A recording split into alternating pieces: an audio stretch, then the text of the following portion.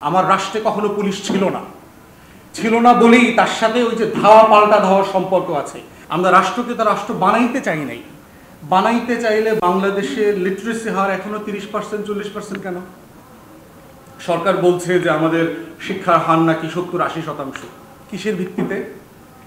স্বাক্ষর দিতে পারে এবং টিপসই দিতে পারে এই ভিত্তিতে। তাহলে একটা স্বাধীন রাষ্ট্র তার নাগরিককে নাগরিক আকারে কোথায় বিবেচনা করছে?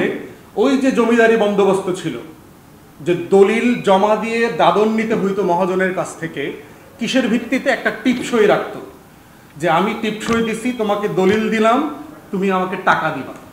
আমার রাজনৈতিক বন্দোবস্ত কিন্তু এখনো জমিদারি বন্দোবস্তে আছে। তো জমিদারি বন্দোবস্তে কিন্তু খাজনা তোলার লাঠিয়াল লাগে।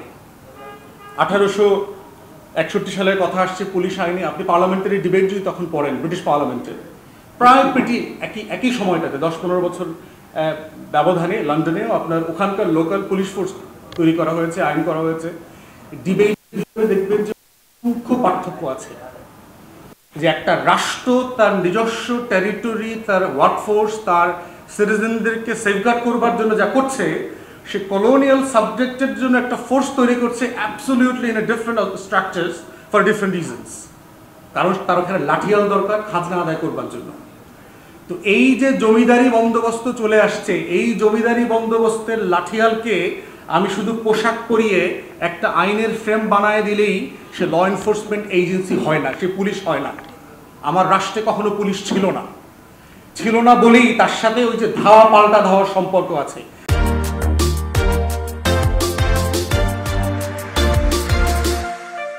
ধাওয়া পাল্টা দেওয়ার সম্পর্কটা দেখেন, যখন জমিদাররা লাঠিয়াল পাঠাইতো খাজনা আদায় করবার জন্য, প্রজারা কি করত? মারামারি করতো ওর সাথে, খাজনা দিতে চাইতো না। ও 2 বস্তা বেশি চাল নিতে চাইতো, ও 2 বস্তা বেশি গম নিতে চাইতো, সে আধা বস্তা কম দিতে চাইতো। ওর যখন দাদন ব্যবসার এগেনস্টে যখন সুদ দেবার প্রশ্ন আসতো, ও সুদের টাকা দিতে চাইতো না, বলতো মহাজন এবার ধান ভালো হয় নাই, আবার খরচ বেশি হয়েছে, বন্যায় চলে গেছে। তখন লাঠিয়ালের সাথে কৃষকের ধাওয়া পাল্টা দেওয়া হইতো, মারামারি করা লাগতো। ওই একই ধাওয়া পাল্টা ধাওয়ার যে জমিদারি বন্দোবস্ত, সেই বন্দোবস্তটা আমার রাষ্ট্রে এখনো বিরাজমান।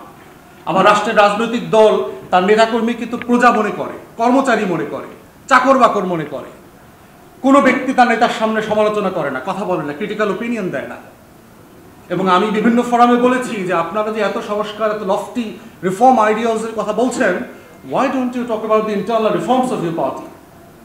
নূর বলে গেছে পার্টি।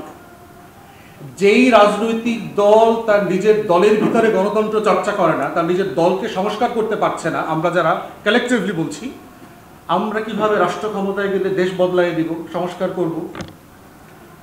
একটা কমন রিফর্ম এজেন্ডা দেখবেন, আর্টিকেল 70 বলা হচ্ছে যে সংসদে এমপিরা স্বাধীনভাবে কথা বলতে পারছে না। প্রত্যেকটা রাজনৈতিক দলের ভিতরে তো কয়েক হাজার আর্টিকেল 70 আছে।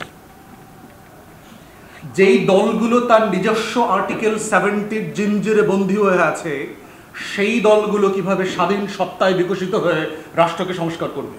প্র্যাকটিক্যালি সম্ভব না, ইম্পসিবল।